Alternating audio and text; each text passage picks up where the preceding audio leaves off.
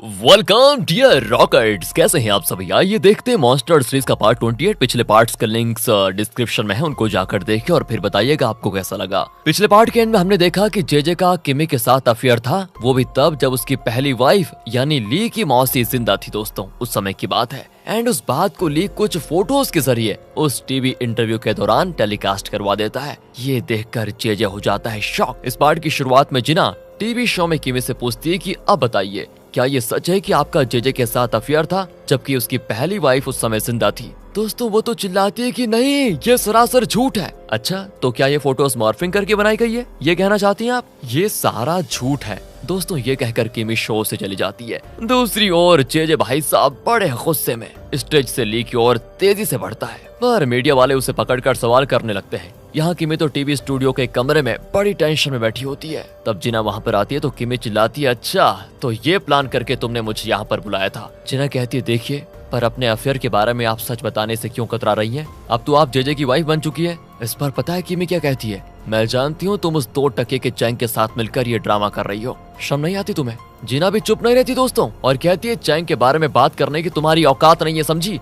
दोनों की बहस यहाँ पर गंभीर हो जाती है, लेकिन तब मीडिया वाले आ जाते हैं और किमी वहाँ से बचकर भाग जाती है। दूसरी ओर चेयरमैन की वाइफ एंड्रयू से मिलने आती है और बड़ी हंस कर बात करती है कि बेटा उस केक का शिपिंग प्रोजेक्ट डोडो ग्रुप को ही मिलना चाहिए, समझे? ये तुम्हारी जिम्मेदारी है, ध्यान से देखना इस बात को। एंड्रयू भी कहता है कि हाँ मैं उस डील को जरूर फाइनलाइज कर लूंगा, तभी तो पापा फिर से डोडो ग्रुप के चेयरमैन बन पाएंगे। क्या समझती हैं आप? लेकिन दोस्तों यहाँ पर चेयरमैन की वाइफ भी कहती है हाँ तुमने ठीक कहा बेटा, पर एंड्रयू के जाने के बाद वो अपने बेटे से कहती है यानी नाथन से, किसी भी कीमत पर इसे वो कॉन्ट्रैक्ट नहीं मिलना चाहिए वरना डोडो ग्रुप तो बेटा हमारे हाथ से निकल जाएगा, ध्यान रखना इस बात का। वहाँ जेजे ली से मिलने के लिए डोडो ग्रुप होटल जाता है, पर ली के आदमी उसको अंदर जाने ही नहीं देते। इतने में मोजो आ जाता है और उसे देखकर जेजे शॉक होकर कहता है कि अच्छा तो तुम भी अब ली के साथ मिल गए हो? मोजो कहता है कि हाँ डोडो ग्रुप और आपको मेरी कद्र नहीं थी ना, लेकिन ली ने मुझे नई जिंदगी दी है। जेजे चिढ़ जाता है कि देखो मैं तुमसे बात करके टाइम वेस्ट नहीं करना चाहता, मुझे अंदर अलाउ करो अभी। मोजो वो दोस्तों बड़ा कटकर कहता है कि ली तुमसे मिलने के मूड में नहीं है, वो म्यूजिक सुन रहा है अभी, इसलिए तुम फुटो यहाँ से। जेजे भी इंसल्ट होकर निकल जाता है। अब आगे जेजे किमी को कैंपेन के लिए बुलाता है, पर वो कहती है अब मैं किसी को मुंह नहीं दिखाना चाहती। जेजे चिल्लाता है कि अरे यही तो ली चाहता था कि तुम डर कर घर में बैठ जाओ, पर हमें उसे सफल नहीं होने देना है, तुम हिम्मत करके बाहर निकलो और मेरे लिए कैंपेन करो। पर वो मना कर देती है दोस्तों, जिससे जेजे का गुस्सा और बढ़ जाता है और वो उसे डांट कर ही चला जाता है। इतने में दोस्तों पैनी जेजे को समझाने जाती है और वहाँ किमी को लगता है कि जेजे बहुत ही सेल्फिश है, मैं कैसा फील कर रही हूँ इसकी उसको जरा भी फिक्र नहीं है। और पैनी जेजे को मनाने के बहाने उसके करीब जाने की कोशिश करती है और कहती है हमें किसी भी तरह ली को खत्म करना होगा, अगर आप भी हार मान गए तो कैसे चलेगा। ये कहकर वो जेजे के हाथ पकड़ती है, पर वो ठहरा पैनी से भी ज्यादा चालाक। वो पैनी का हाथ हटाकर कहता है नहीं हमें ऑफिस चलना चाहिए। पैनी कहती है ऑफिस? लगता है आपको मुझ पर विश्वास नहीं रहा। विश्वास कैसे कर लूं मैं विश्वास? तुम बॉस के साथ रह चुकी हो और तुम्हें इस तरह की बढ़िया ट्रेनिंग दी गई है, तुम एक डबल एजेंट भी तो हो सकती हो ना।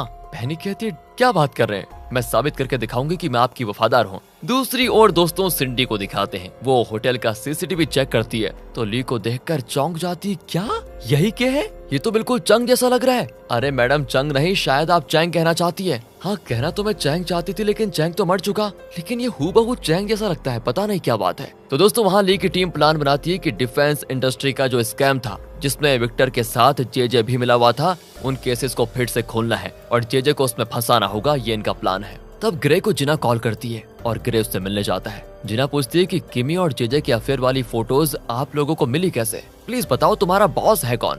जरूर वो ली के परिवार का ही कोई होगा, प्लीज मुझे उसके पास लेकर चलो। ग्रे कहता है कि तुम ली को भूल जाओ, वो मर चुका है। दूसरी ओर दोस्तों जेजे का प्रचार जोरों शोरों से चल रहा होता है, लेकिन तब वहाँ पर एक प्रोटेस्ट होता है जिसमें मोजो और जॉन लीड कर रहे होते हैं एंड उनके साथ वो सोल्जर्स और उनके परिवार वाले होते हैं जो डिफेंस इंडस्ट्री के खराब वेपन्स के ब्लास्ट होने से घायल हुए या फिर मारे गए। वो कहते हैं कि जेजे ने डिफेंस इंडस्ट्री के करप्शन में विक्टर का साथ दिया, जिसकी वजह से इतने सारे सोल्जर्स की जान चली गई, इसलिए जेजे को हम इस इलेक्शन में जीतने नहीं देंगे। जेजे दोस्तों पब्लिक में उनके खिलाफ कुछ कह भी नहीं पाता। तब एक औरत कहती है कि मेरे बेटे की जान चली गई है और उसका जिम्मेदार ये जेजे है, कहकर वो जेजे पर अंडे फेंकते हैं। जेजे भी प्रचार बंद करके जल्दी से वहाँ से बच निकलता है। अब ली उसे कॉल करके चिढ़ाता है, क्यों अंकल जी कैसा था अंडा, कैसा रहा, टेस्टी रहा होगा ना, है ना? जेजे कहता है कि मैं खुद अपने हाथों से तुम्हें जानों में भेजूंगा, देख लेना तुम। पर ली कहता है कि सॉरी अंकल, मेरा पिज्जा आ गया है, मैं खाकर बाद में आराम से फोन करता हूँ आपको, आप तब तक अंडे खाइए। और ये कहकर वो कॉल काट देता है दोस्तों। दूसरी ओर एंड्रयू चेयरमैन से मिलने उसके घर जाता है, लेकिन अंदर से जवाब आता है कि आपको अंदर आने की इजाजत ही नहीं है। वो चौंक जाते हैं कि ये क्या मजाक है। इतने में नाथन और चेयरमैन की वाइफ आ जाते हैं। चेयरमैन की वाइफ कहती है तुम यहाँ पर क्यों आए, तुम्हारी यहाँ पर कोई जगह नहीं है, अब अगर अपने पापा से मिलना है तो कहीं बाहर मिल लेना। ये कहकर वो चली जाती है दोस्तों। एंड्रयू तुरंत चेयरमैन को कॉल करता है और पूछता है पापा आप ठीक तो है ना। वो भी कहता है कि हाँ बेटा मैं ठीक हूँ, मैं तुमसे जरूरी बात करना चाहता हूँ, लेकिन बाद में। ये कहकर वो कॉल काट देता है। फिर वो पीए से कहता है कि मेरे बेटे को पता नहीं चलना चाहिए कि मैं यहाँ किस हाल में रह रहा हूँ, वरना वो बेचारा परेशान हो जाएगा। डोडो ग्रुप के लिए जो मैं नहीं कर पा रहा हूँ वो एंड्रयू करेगा, इसका मुझे यकीन है। अगर वो परेशान हुआ तो काम पे ध्यान नहीं दे पाएगा, इसीलिए तुम भी उसे कुछ मत बताना। पीए भी कहता है कि ठीक है, तू आज शाम को कहीं बाहर डिनर करते हैं। चेयरमैन भी मान जाता है। दोनों बाहर निकल रहे होते हैं तो नाथन डिनर टेबल से उठ जाता है और कहता है पापा आप भी हमारे साथ खाइए। लगता है दोस्तों वो अपने पापा से थोड़ा बहुत प्यार तो करता ही है, पर चेयरमैन बिना कुछ कहे चला जाता है। अब चेयरमैन की वाइफ कहती है कि बेटा तुम कहाँ ध्यान दे रहे हो, एंड्रयू को वो शिपिंग का कॉन्ट्रैक्ट नहीं मिलना चाहिए, ये बात याद है ना तुम्हें। मम्मी तुम फिक्र मत करो, मैंने जिना को जो अपॉइंट करके रखा हुआ है वो ये कॉन्ट्रैक्ट हमको जरूर दिलवाएगी। अब दोस्तों चेयरमैन अपने फेवरेट रेस्टोरेंट में खाने जाता है, लेकिन वहाँ पर नेल और जेराल्ड बैठे होते हैं। नेल तो उसको चिढ़ाने लगता है कि देखो यार इतने रईस आदमी की क्या हालत हो गई है, अब ना ये चल पाता है और ना इसकी बीवी इसको घर में खाना देती है, बताओ। चेयरमैन भी दोस्तों अपने हिस्से का नेल को चिढ़ाता है कि ये देखो किसकी जबान चल रही है, इसकी बेटी का जेजे के साथ अफेयर था जो इसने दुनिया से छुपा कर रखा, और अब गली गली बताओ उसी का पोस्टर लगा हुआ है, बेशरम कहीं का। तब टीवी पर दोस्तों डोडो ग्रुप का एड आता है जिसमें चेयरमैन की वाइफ ने एक्ट किया था। नेल कहता है कि देखा देखा मेरी बहन इस एड को कितना सूट कर रही है, जरूर डोडो ग्रुप उसी का होना चाहिए, ना कि किसी बूढ़े बीमार आदमी का तुम जैसे का। फिर जेजे के खिलाफ जो प्रोटेस्ट हुआ था वो दिखाया जाता है, तो चेयरमैन कहता है कि ये लो आ गया दूसरा करप्शन केस, इसमें तो नेल भी अंदर जाएगा, ये मेरा दावा है। और ये कहकर वो और हंसने लग जाता है। नेल भी गुस्से में जेजे से मिलता है और कहता है मैंने अपनी पदवी इसलिए छोड़ी ताकि मेरे करप्शन केसेस बाहर ना आए, लेकिन अब उसकी भी खुदाई क्यों जा रही है, ऐसा क्यों हो रहा है, इसलिए मेरी बात मानो, तुम इस इलेक्शन से हट जाओ। है जेजे भड़क जाता है कि आप हमेशा अपने बारे में सोचते हैं, मेरी आकांक्षाओं की आपको फिक्र नहीं है क्या? अगर मैं इस इलेक्शन में जीत गया तो सोचिए आपके हर करप्शन केस को हमेशा के लिए बंद करवा दूंगा, इसमें आप की तो भलाई है। और नेल कहता है कि भलाई तो बाद में होगी, लेकिन तुम्हारे जीतने का कोई चांस ही नहीं है, इससे पहले कि करप्शन केसेस खुले तुम इलेक्शन से अपना नॉमिनेशन वापस ले लो। लेकिन यहाँ जेजे नहीं मानता तो नेल कहता है आगे तुम्हारी मर्जी, लेकिन इसके बाद मैं इस इलेक्शन में तुम्हारा साथ नहीं देने वाला। ये कहकर वो चला जाता है दोस्तों। जेजे भी कहता है कि ठीक है, जो मेरा साथ नहीं देगा वो मेरा दुश्मन होगा। तब दोस्तों जेराल्ड नेल से कहता है कि देख लिया, जेजे का असली कैरेक्टर अब मेरी समझ में आ रहा है, इसे खत्म कर देना ही बेहतर होगा। पर नेल कहता है कि अबे सब्र करो, वो जो भी करेगा वो आखिर में हमारे लिए फायदेमंद साबित होगा। दूसरी ओर दोस्तों ली की टीम उन सारी कंपनीज के कॉन्ट्रैक्ट्स चेक कर रही होती है जिन्होंने ली के साथ शिप कॉन्ट्रैक्ट साइन करने की इच्छा जाहिर की थी। ली कहता है कि इस पॉइंट पर हमें सिंडी की जरूरत तो पड़ेगी, इसलिए तुम लोग उसे बता दो कि उससे मिलने को मैं तैयार हूँ। दूसरी ओर सिंडी जिम में गुस्से में वर्कआउट कर रही होती है कि उस के की हिम्मत कैसे भी मुझे ना कहने की। तभी उसका असिस्टेंट आकर कहता है कि के आपसे मिलना चाहता है। सिंडी तो चौंक कर वेट छोड़ देती है और वो उसके ऊपर गिर जाता है। असिस्टेंट किसी तरह उसे उठाता है तो वो तो एकदम खिलकर पूछती है क्या सच में? जरूर उसने अभी मेरी फोटो देखी होगी और मेरी खूबसूरती पर फिदा हो गया होगा, तभी उसने मुझे अभी बुलाया। अब देखना वो कैसे मेरे पैरों पर गिर पड़ेगा। अगले सीन में वो ली से मिलने के लिए वेट कर रही होती है और जब ली अंदर आता है ना तो वो हो जाती है एकदम शॉक और कहती है तुम तो बिल्कुल चंग लगते हो।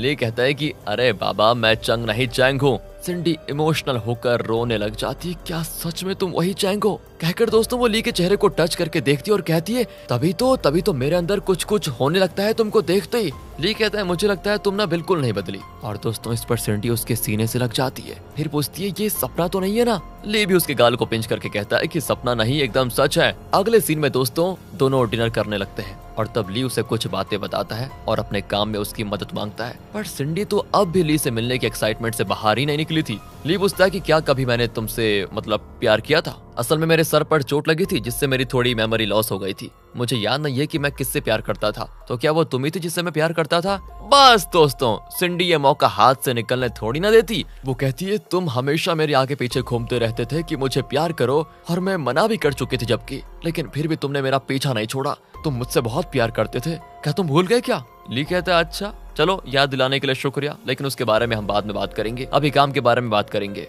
ये कहकर वो फिर से बिजनेस की बातें करने लगता है। फिर डिनर करके वो चला भी जाता है। सिंडी का तो दोस्तों आज दिन बन गया है। बड़ी खुश हो जाती है कि चलो बढ़िया हुआ, इसकी मेमोरी लॉस हो गई, अब मैं जो कहूंगी ये उसको सच ही मान लेगा। तो अब लिफ्ट में ली ग्रे से कहता है, क्या सच में मैं सिंडी से इतना प्यार करता था? ग्रे को तो हंसी आ जाती है और वो कहता है कि हाँ, और ऊपर से चेयरमैन तो तुम्हें अपना दामाद तक बनाने को तैयार था। तभी ली भी हंसकर कहता है, अबे ठीक है, ज्यादा बकवास मत करो और ये बताओ कि क्या अब भी तुम रोशी को चाहते हो? वो चौंक जाता है कि अचानक उसकी बात क्यों कर रहे हो। उसकी बात मैं इसलिए कर रहा हूँ क्योंकि मोजो भी पहले NIA में काम करता था और उसका इन्फ्लुएंस यूज करके रोशी फिर से NIA ज्वाइन करने की कोशिश कर रही है। दूसरी ओर दिखाते हैं दोस्तों, जिना डोडो ग्रुप होटल जाने के लिए अपनी चीजें पैक कर रही होती है। तब वहाँ पर नाथन आ जाता है जो कहता है, मुझे पता है तुम शिप कॉन्ट्रैक्ट की डिस्कशन के लिए डोडो ग्रुप होटल जा रही हो, तुम्हें बस मेरा एक काम करना होगा। एंड्रयू जो भी करेगा वो सब मुझे बताना होगा, वरना वो एंड्रयू कॉन्ट्रैक्ट जीत जाएगा और वो ठहरा जेजे का आदमी। मुझे पता है कि तुम नहीं चाहोगे कि जेजे ये कॉन्ट्रैक्ट जीते, इसलिए तुम मुझे उसके कॉन्ट्रैक्ट की इन्फॉर्मेशन देते रहना ताकि मैं अपनी नई कंपनी के जरिए उस कॉन्ट्रैक्ट को जीत जाऊं और फिर जेजे से बदला लेने में तुम्हारी मदद मैं करूंगा। अगले दिन की बात है दोस्तों, एंड्रयू की टीम डोडो ग्रुप होटल में आ जाती है। तभी सिंडी भी आ जाती है और वो ली के बताए हुए प्लान को एग्जीक्यूट करने लगती है। वो पूछती है कि आप सब लोगों को अलग अलग कमरे चाहिए या फिर एक कमरा काफी होगा, बताइए। एंड्रयू कहता है कि हमको एक सीक्रेट डिस्कशन करनी है, इसलिए एक स्वीट रूम चाहिए। एंड वो लिफ्ट में चढ़ते हैं तो डोर बंद होने लगता है, लेकिन तभी ली वहां से गुजरता है। पर इससे पहले कि जिना उसे देखती डोर बंद हो जाता है। यार, अब कमरे में जाने से पहले एंड्रयू का असिस्टेंट सबके मोबाइल फोन्स ले लेता है ताकि इनकी बात बाहर न जाने पाए। दूसरी ओर दोस्तों, रोशी को दिखाते हैं। उसे फिर से NIA में काम मिल गया था, इसलिए वो जा रही होती है। ली उससे मिलने जाता है। वो इमोशनल होती है थोड़ी कि अब शायद मैं तुमसे कभी नहीं मिल पाऊंगी, लेकिन क्या तुम मेरी एक छोटी सी मदद कर दोगे? ली कहता है कि बताओ क्या करना है। असल में दोस्तों, उसने ली को जिराल्ड का पार्ट टाइम ड्राइवर बनने को कहा था। वो जिराल्ड से बदला लेना चाहती थी क्योंकि उसने रोशी से झूठ बोला और उससे NIA के नाम पर इलीगल काम करवाए। ली बिल्कुल वैसा ही करता है और जिराल्ड का ड्राइवर बन जाता है। अब वो ना उसको घर लेकर जा रहा होता है तो जिराल्ड गाड़ी में सो जाता है, पर ली उसे घर ले जाने के बजाय दूसरी जगह पे लेके जाता है। उसकी नींद खुलती है तो ली को देखकर वो चौंक जाता है और पूछता है, चैंग तुम मरे नहीं? कहकर वो कार से निकलकर भागने लगता है, पर तभी रोशी उसे गन पॉइंट पर रोक देती है। जिराल्ड को लगता है एक और शॉक कि तुम भी जिंदा हो। रोशी कहती है कि मैं अपने देश के लिए कुछ करने की चाह में NIA ज्वाइन करना चाहती थी, लेकिन तुमने मुझे अपने फायदे के लिए देश के खिलाफ काम करवाया। वो कहता है कि मैंने भी NIA की नौकरी छोड़ दी है और अब मैं भी तुम्हारी तरह एकदम अकेला हूँ, प्लीज मुझे माफ कर दो। रोशी का गुस्सा ठंडा नहीं होता और कहती है कि मैं अब भी तुम्हारा खात्मा कर सकती हूँ। वो कहता है कि मेरे बेबी बच्चे हैं, प्लीज उनका तो ख्याल रखो, मुझे जिंदा छोड़ दो। इस पर दोस्तों रोशी उसको पीटने लग जाती है। इतने में ली उसको शांत करता है कि छोड़ो इसको, ये भी नियल की गैंग में है, इससे तो मैं बदला लूंगा, तुम इसको छोड़ दो। रोशी इमोशनल हो जाती है कि तुमने हर कदम पे मेरी मदद की है, मैं तुम्हें बहुत मिस करने वाली हूँ। ली कहता है कि जब मैं कोमा में था तो मेरी तुम्ही ने देखभाल की थी, है ना? अगर तुम ना होती तो सोचो मेरा क्या होता। रोशी तो और इमोशनल हो जाती है और बड़े प्यार से पूछती है, क्या मैं एक बार तुम्हें गले लगा सकती हूँ? ली भी दोस्तों उसको गले लगा लेता है और फिर रोशी वहाँ से निकल जाती है अपनी एक नई जिंदगी की शुरुआत करने के लिए। न जाने इस कहानी में आगे रोशी आएगी भी या नहीं, इसलिए दोस्तों जो लोग रोशी को मिस करेंगे वो कमेंट में जरूर बता देना। यहाँ से आगे एंड्रयू की टीम को दिखाते हैं जो एक ही कमरे में काम कर रहे होते हैं। काम करने के बाद जिना फर्श पर सो जाती है, लेकिन एंड्रयू उसको उठाता है कि यहाँ पर क्यों सोई हो, चलो कमरे में, वहाँ मेरे बेड पर सो जाओ, मैं यहाँ पर सो जाऊंगा। पर वो कहती नहीं, मुझे यहीं पर अच्छी नींद आ रही है, कोई बात नहीं। एंड्रयू वहीं पर बैठा जिना को देख रहा होता है और जब वो गहरी नींद में होती है तो वो उसे उठाकर लेकर जाता है, अपने बेड पर लेटाता है। फिर वो अपनी फाइल्स को चेक करने लगता है। जब तक शिपिंग कॉन्ट्रैक्ट एंड्रयू को नहीं मिल जाता तब तक उसको नींद नहीं आएगी। कुछ देर में जिना की आंख भी खुल जाती है। अब दूसरी ओर दिखाते हैं जब जेजे को पता चलता है कि एंड्रयू ने जिना को डोडो ग्रुप का लीगल एडवाइजर बनाया है तो वो गुस्से में एंड्रयू को कॉल करता है और पूछता है, जिना को तुमने क्यों काम पर रखा हुआ है? एंड्रयू कहता है कि अगर जिना के बारे में बात करनी है तो आमने सामने करनी पड़ेगी। जेजे कहता है, आमने सामने करने तो मैं आया हूँ, मैं यहीं पे हूँ, तुम नीचे आ जाओ। एंड्रयू भी जाता है, लेकिन वो नहीं जानता कि जिना उसका पीछा कर रही है। जेजे उसको काफी सुनाता है कि तुम्हारी हिम्मत कैसे भी उसे काम देने की।